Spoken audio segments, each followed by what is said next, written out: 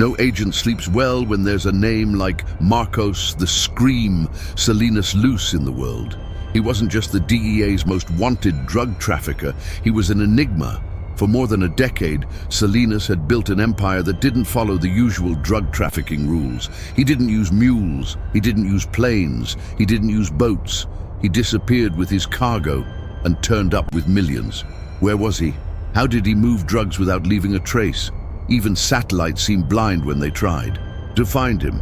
But now, finally, an informant provided the clue everyone was waiting for. He was in the United States. Stories like this don't reach the media. They only reach you because someone still dares to tell them. If you feel this goes beyond fiction, sign up now for Conflict Route. While there is still time, the call came from an encrypted number at 2:44 a.m. He'll be in Northwood in 2 days, Building 9, penthouse. You won't get another chance. The special agent Caleb Rowe, a 17-year DEA veteran, answered the call himself. Something in the informant's voice made his skin crawl. It wasn't fear, it was emptiness, as if the man were already dead. The next morning, the operation was authorized. Internal name, Operation Silent Scream. The assembled team was elite. 9 DEA agents, 2 intelligence analysts, and 1 electronic surveillance technician. National Guard air support was on standby. No one knew the exact reason, but the case had been considered a top priority. Phoenix, Black Level, a classification used only when there is a risk of institutional collapse. But this was just a hunt for a drug dealer, right? Wrong. Northwood was a run-down industrial neighborhood on the outskirts of Chicago. Abandoned warehouses, crumbling buildings, a concrete jungle no one entered after sunset. Building 9 sat at the end of an alley, surrounded by hoardings and graffiti-covered walls. It was almost windowless. It looked empty for years, but the thermal sensors detected movement on the roof. On the eve of the raid, Caleb gathered the team in a makeshift warehouse as their HQ. Something was bothering everyone. The two-way radios were giving strange interference, even with a direct encrypted line. Metallic sounds, low, distorted voices. No one understood the sentences, only the sound, like someone whispering underwater. The technical analyst Erica Voigt tried to record, but the audio corrupted seconds after capture. In his report, he wrote a single sentence. "It feels like something is trying to enter the frequency, not to leave it." Even so, at 4 a.m. the next morning, the officers suited up. Body cameras activated. Every man and woman on the team knew this could be the end of an era or the beginning of something they weren't ready for. The early morning silence was oppressive. The convoy entered Northwood in unmarked vehicles. Caleb was in command, next to the agent, Thomas Ferrell, a hostage rescue expert. They climbed the stairs of Building 9 with impeccable tactical movements. No sound, no alarm, nothing. They reached the penthouse. The door was ajar, drag marks on the floor, as if someone had been dragged inside.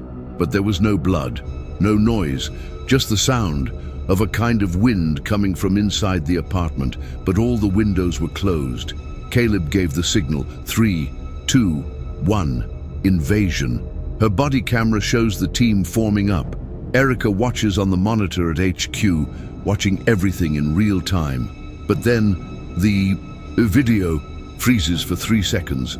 When he turns, agents are no longer in coverage.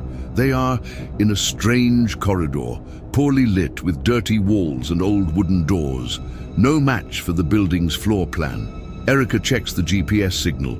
All the trackers point to the same spot, out of traceable area. In the headset, only one sound appears, a child crying. Caleb's camera footage fades to static. One frame, another, and then dark. Erica tries to radio. Nothing, not a beep. She activates the emergency protocol. 2 Black Hawk helicopters take off toward Building 9. Upon arrival, the place is completely empty. No signs of forced entry, no footprints, no vehicles. Without Building 9, what was once there is no longer there, just the vacant lot, surrounded by rubble, as if the building had never existed, but it existed. There are records, there are photos, There are plans. There are reports. The building was there until minutes before, and the last sentence heard on Erica's radio before. Her total disappearance was said in Caleb's voice, but in a tone that didn't sound human. He is not a man, he is a place, and now we are all within share. In the days that follow, the DEA goes into silent collapse. Agents begin acting strangely, and one of them appears with completely black eyes, saying that Caleb is still transmitting, but he's no longer talking to us. The official DEA report was written in a hurry, under the classification Ultra Secret, Black Eye No media release. No notification to the FBI, not even DHS knew what had happened in Northwood. The allegation, operational failure. Possible coordinated leak of the target, a makeshift building demolished prematurely. But the superiors knew none of this was true. In the claustrophobic silence of Quantico headquarters, the deputy director Miriam Fields, a veteran of the war against the Juarez cartel, locked the analysis room with 2 electronic locks. She turned on the central monitor. The last images, recovered from the system, showed an agent standing in an unfamiliar hallway, staring at the camera. It wasn't Caleb. It wasn't Thomas. It was Daniel Shaw, surveillance technician. He wasn't a tactician. He was the monitoring guy. And somehow, he was in there. For 4 seconds, he stares into the camera, his eyes unblinking, his pupils dilated, his head tilted slightly, as if listening to something not coming from the microphone. Then he says, "I know you're still looking, but it is no longer within your time." After that, the screen goes black, but the signal frequency remains active. A pulse, a rhythm, like a heartbeat. 38 beats per minute, a number that would repeat itself in all subsequent accounts. 48 hours later, at 2:11 a.m., the DEA headquarters in Nevada registers an unauthorized entry through the back door. Sensors detect movement in the restricted access corridor. 3 armed agents surround the area, ready for a confrontation. What they find paralyzes everyone. Daniel Shaw was there, but it didn't look alive. The skin was gray, the eyes were completely black, and most disturbing, there were microscopic crystals coming out of the pores, as if he were being transformed from the inside out. The voice, distorted, but it was his. I came back because Caleb told me to. He's still here, talking to us, but not by words, by frequency. He falls to the ground. He convulses. And before they can stop him, your body spontaneously combusts. No heat, no smell, just light. Like being pulled out of existence. All that's left are the clothes and an analog radio. The radio emits a continuous noise, and between the static, a phrase repeats in an unknown language.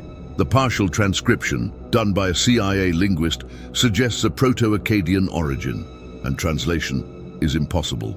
But 3 words seem to repeat themselves. Housing, meat, place. Panic begins to spread. DEA agents who weren't even involved in the mission begin to have the same nightmares. A building without windows, with infinite doors, where time does not pass, and voices, they call you by name. Details coincide in all accounts. And the most disturbing thing, everyone wakes up at 3:38 in the morning, exactly at the moment when the frequency signal intensifies. Director Fields calls a secret meeting with a former NSA analyst, Martin Cleaver, who had worked with disruptive events. He observes the operation data, the audio, the reports, and his only reaction is to turn off the monitor and say, "This isn't about drugs. This is about reconfigured space, about living architecture." Everyone is silent. Martin explains that over the past 3 decades, 4 similar events have been recorded. Teams that enter physical locations and disappear completely, as if the place itself had absorbed the human presence. But in none of the above cases, someone came back. The difference now is that Daniel Shaw reappeared, and with it, something seems to have infiltrated it. A kind of invisible code, a matterless infection that begins to affect everyone who analyzes the data, watches the videos, or listens to the signal. The location contaminated the investigation. In the following days, 5 DEA analysts request medical leave. 2 are found compulsively writing the same words on walls, mirrors, and even their skin. He is building himself in us. And an even more disturbing fact emerges. Northwood Building 9 was never listed in city records. No blueprints, no licenses, no leases, but there are images, there are maps, there are memories, i.e., he only existed while being observed. Martin issues a final opinion and whispers to Miriam Fields, the hunt was not for a man. It was for architecture of consciousness, a space that thinks El Grito is not the name of the drug dealer, it is the name-than was waiting for them. Before leaving the room, he hands over an envelope with a code, LAT 418897, LON 876722. It was the exact coordinate where Building 9 should be. Miriam sends 2 agents to do a sweep. They arrive at the site with modern equipment, soil scanners, and drones. The terrain looks normal, but the geographic data is unstable. One of the drones loses signal. When they recover the feed, what appears on the screen stops the analysts in their tracks. A frame. The image of Caleb Rowe looking directly into the drone's camera. He stands in the middle of the packed earth, surrounded by nothing, but on his face, a faint smile. And behind him, the outline of Building 9 still standing, visible for only a second. Then, it all disappears again. The next night, a sound begins playing on every radio in DEA headquarters, even the ones that are turned off. The voice is Caleb saying, "You opened the door, and now she doesn't want to close anymore." 2:59 a.m. The corridors of DEA headquarters in Quantico are plunged into a tense stillness. The fluorescent lights flicker more frequently than they should, and the agents on duty are beginning to notice an impossible phenomenon. The radios are connected. Everyone, even the ones stored, even the ones without batteries, even the ones physically disconnected.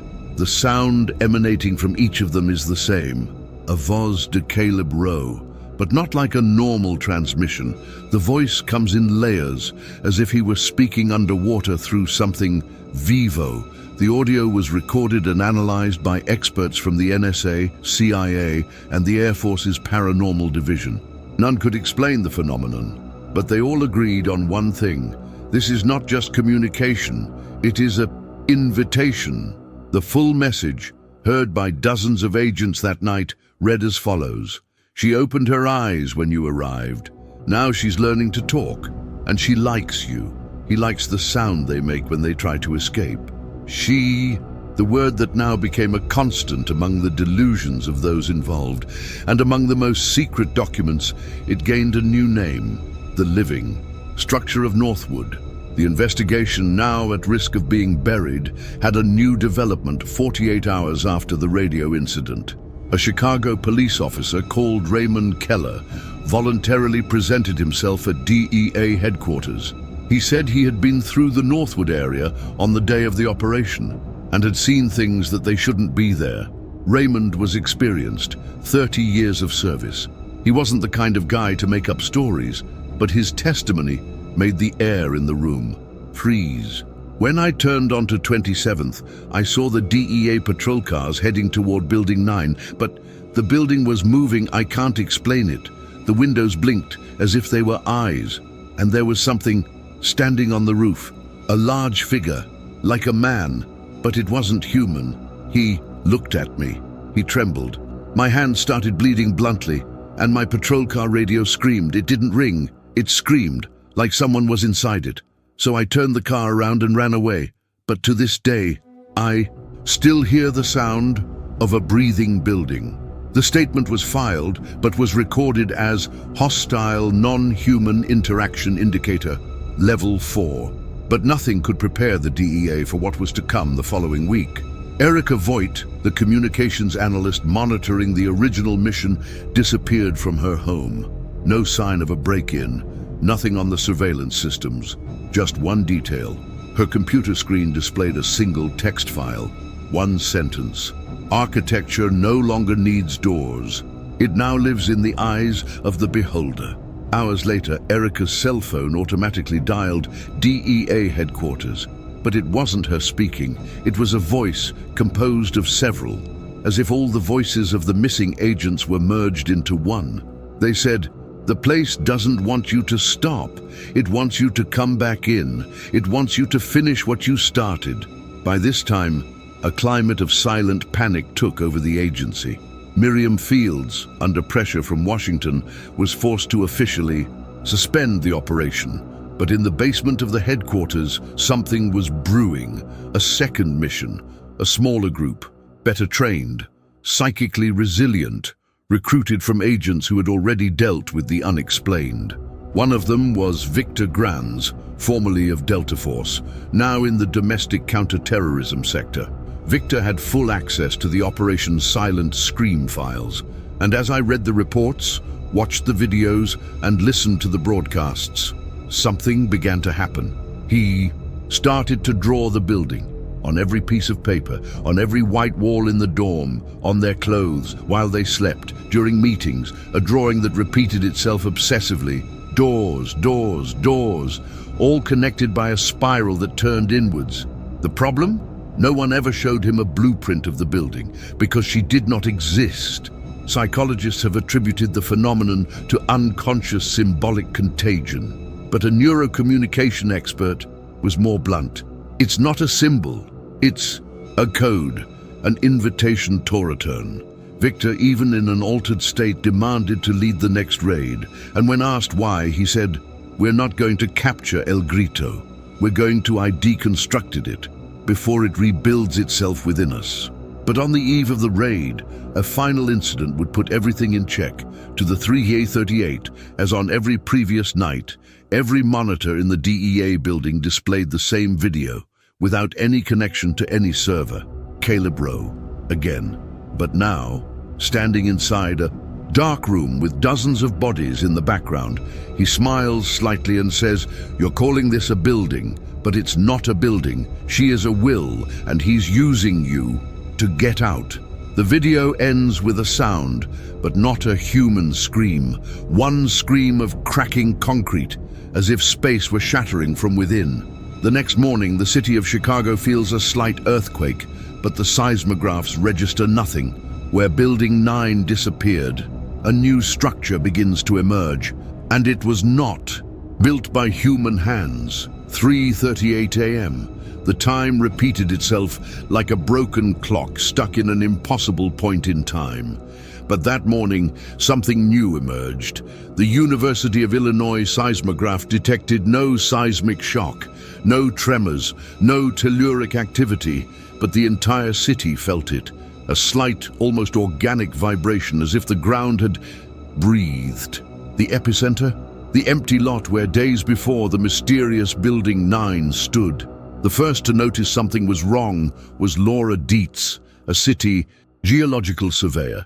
She overlaid satellite images of the area before and after the building's disappearance, and she discovered an anomaly. The shadow of the building was still there, even without structure, without walls, without concrete. The sunlight cast a shadow on the ground, as if the building still existed, invisible. When she submitted the report to the public records, the system crashed, and a code link was automatically injected into the servers. The investigation was now out of the DEA's hands.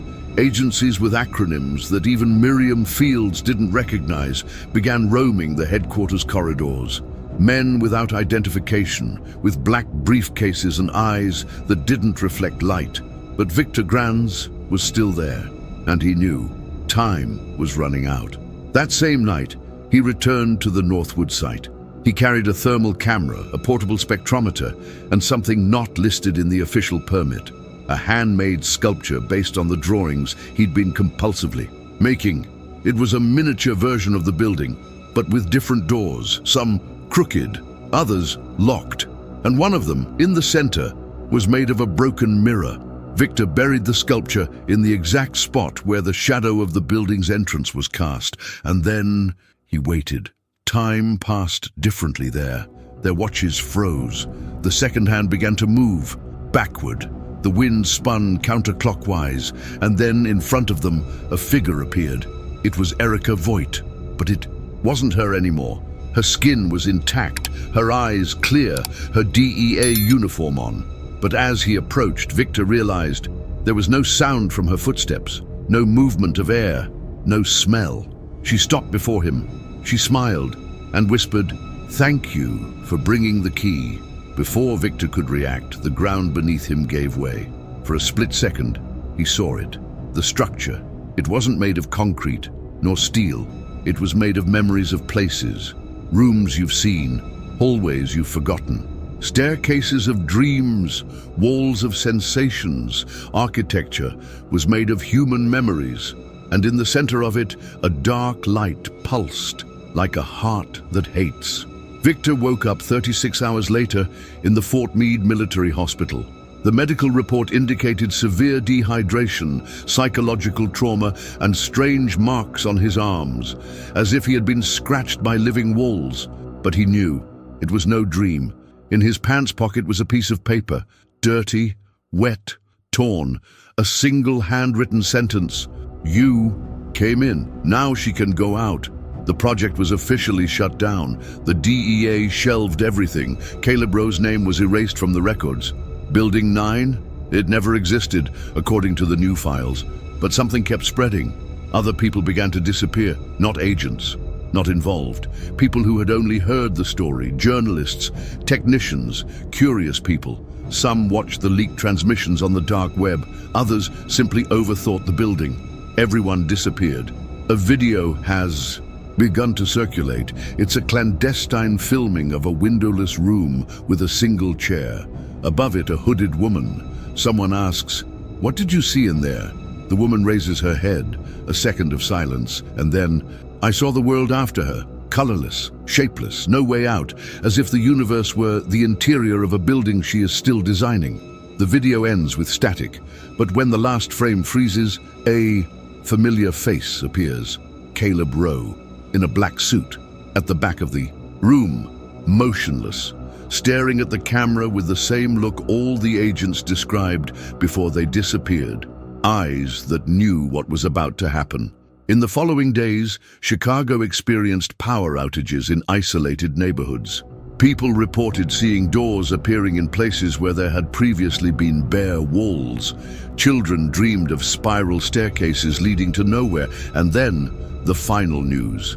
A new structure began to appear. No machines, no workers, no planning.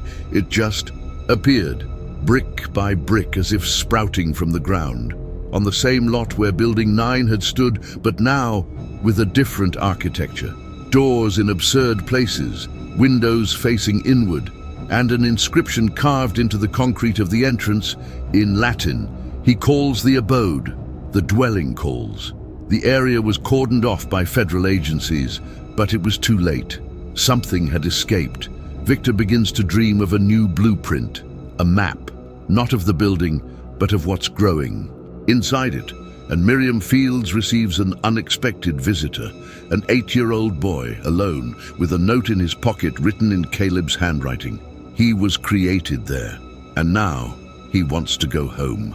6:12 a.m.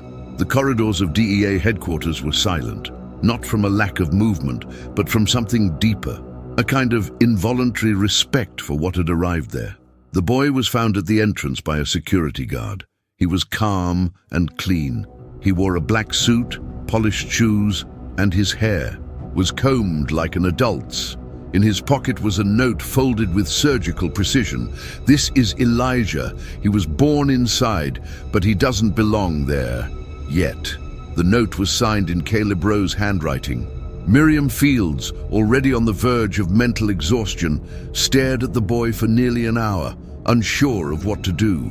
He didn't speak, he just stared. A look too old for his face, a look that didn't suit any living child.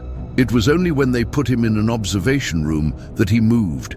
He looked directly into the one-way mirror in the room and said in a voice that was not his own, "She is shaping new forms, testing, opening variations. Each construction is a language, and each door is a pronunciation." All the equipment in the room shut down immediately. The camera only captured a sentence written on the glass, inside, as if the steam itself had drawn the words, "You opened the first syllable, now she needs to complete the sentence." Meanwhile, Victor Granz, still isolated, in a secret medical facility, was drawing.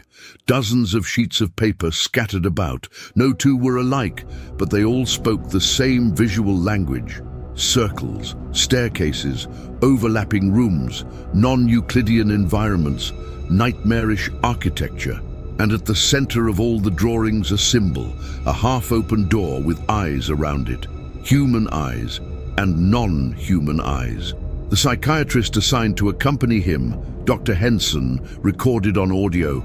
He speaks as if he's receiving orders, but not with words, with spatial instructions. As if the very corridors of the building have imprinted themselves on his psyche, he's becoming an extender of the structure. Victor stopped recording, looked at the doctor with a blank expression and whispered, "She showed me what comes next." After what? After the concrete, after language, after the body. That night, he gouged out his own eyes with his fingers, but he continued, seeing. In the isolated area of Northwood, something impossible was recorded. The structure, once invisible, then partially tangible, now began to replicate itself. New columns appeared in disconnected parts of the city. Small pieces of construction sprouted in parking lots, basements, gaps between buildings, in places where the geometry didn't make sense. Drone tests showed that all these fragments had the same internal temperature, 38 degrees Celsius, even in the July heat, and they all emitted, at a low frequency, the same rhythmic beat that accompanied Caleb's voice. In the initial transmissions, the city of Chicago was quietly placed under a symbolic quarantine protocol, but it was too late. People began reporting changes in the rooms of their homes, doors that led to non-existent places, windows that reflected rooms that didn't exist, mirrors that showed other versions of the same room, but without you. One particular case shocked investigators. A man disappeared inside his own bathroom while his wife filmed from outside, knocking on the door.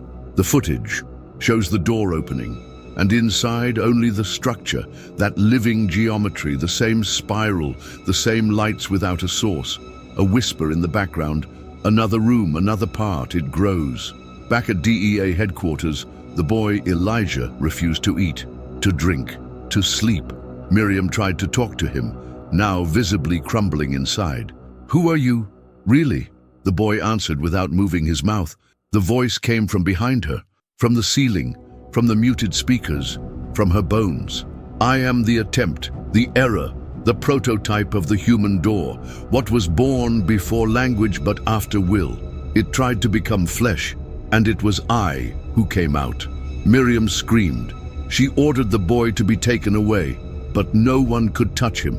Every time someone tried, the space around him stretched like rubber, pushing everyone away.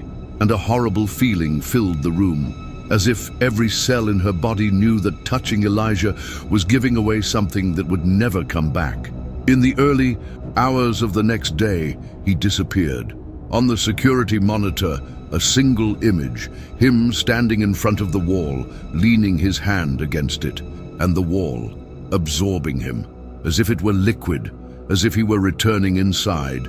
The frequency signal, which until then had only manifested itself on contaminated radios and videos, now invaded dreams. Agents began reporting that in their sleep, they would walk dark corridors filled with doors that led to other doors. And on each one, engraved in iron, Caleb Rowe.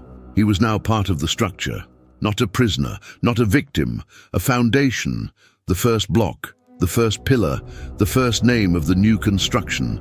And when Victor Granz finally woke up from his self-induced coma, his eyes bandaged, he spoke the last words that would appear in the DEA report before it was sealed, burned, and buried under 13 layers of secrecy. She's already left, and she's no longer looking for space. She's looking for names. In the latest footage, From Northwood's security camera, something begins to emerge in the night sky. Not a structure, not a creature, but a form of spatial writing made of light, shadow, and impossible geometry. And in the center of it, the name of the next one. 2:17 a.m. The Chicago sky was clear, but something wasn't right. In the Northwoods area, residents began pointing upward. There was a shape drawn in the sky, but not made of clouds nor of light. It was like a hinge in the fabric of reality, revealing a pattern of impossible symbols, lines that didn't obey the laws of geometry, circles that seemed to rotate inward even though they were static, shapes that changed when you looked directly at them. And in the center of it all, the inscription, "You guys came in too far." As the silent chaos unfolded, one final document was handed to Director Miriam Fields. It was a letter, no sender, handwritten in dark, shaky ink, but the handwriting was recognizable. Caleb Rowe. The content, "Miriam, if you're reading this, it's because she's already crossed over. The hunt was staged, so the world would believe it was a drug trafficker. But the drug trafficking was just a trail, like a predator's drool before the attack. El Grito was never a man. He was the call. I answered, and now I'm one of the walls. Every time someone tries to understand, it grows. Every attempt to explain, to classify, to monitor is an offering. Do you want to know what's on the other side of the final door? I'll tell you. But first, know this. This is the last time you'll be able to just be a spectator." On the back of the letter was a drawing, the complete map of the structure, hundreds of corridors, doors, mirrors, staircases, tunnels, and in the center, a hole, a blank space, untouched. Call only from the room where everything is seen. Victor Granz, now eyeless, no longer spoke, but he wrote. He wrote with blood, saliva, charcoal, whatever was available. He wrote the names of DEA agents, one by one, names of people who would disappear in the next 48 hours, and everyone disappeared. There were 36 names, then 72, then names of people outside the agency, journalists, researchers, archivists. Miriam's name appeared, and next to it, a date, today. She tried to escape. She hid in an underground government facility, 90 meters underground, but at 3:38 a.m., a door appeared in the concrete wall. It hadn't been there before, and it shouldn't have been. No handle, no hinge, just a door, breathing. Miriam fell to her knees, crying. The pistol trembled in her hand. She knew it was the end, but the door didn't open. She whispered, "What do you want from me?" And then the answer came. Not in sound, but in architecture. The ground beneath her feet cracked in straight lines. A cube of space rose around her. A new room, no ceiling, just walls made of footage from the original mission. All the agents, the moment they disappeared. The cameras, the audio, Caleb's messages, everything in a loop. And in the center of the room, on a table, Elijah's body. But it wasn't a child anymore. Now it was a compact room, folded in on itself, made of bones and concrete, pulsing like a building lava. She screamed, but there was no sound, no echo. The structure no longer needed physics. It was already rewriting the world. In other cities, identical reports began to emerge. Doors appearing where they shouldn't. People disappearing after hearing certain names. Everywhere, a pattern. Building 9 was rebuilding itself. In fragments. Washington, Los Angeles, New York, Miami, parts of the structure appeared in public restrooms, hospital basements, and elevators in corporate buildings. She no longer needed space. She now used memory as her foundation. In the last documented act, Victor Granz disappeared from the holding cell. The camera showed for 4 seconds a corridor appearing behind him. He looked at the wall and said, "It's almost ready. But the final name is missing," and disappeared.